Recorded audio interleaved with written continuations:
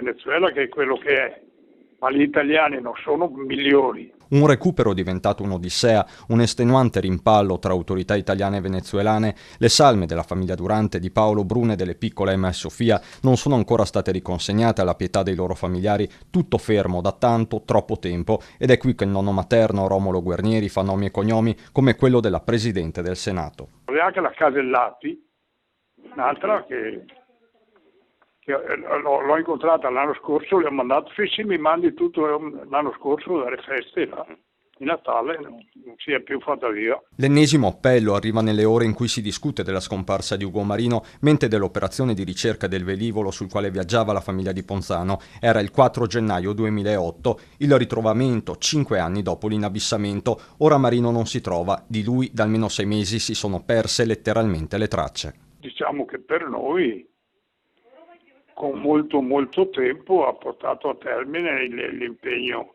per l'individuazione dell'aereo.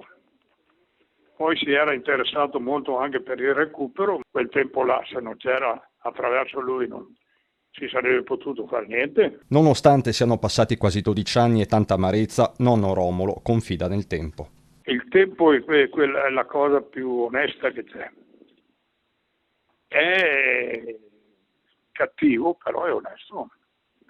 Sicuramente più onesto dei nostri governanti.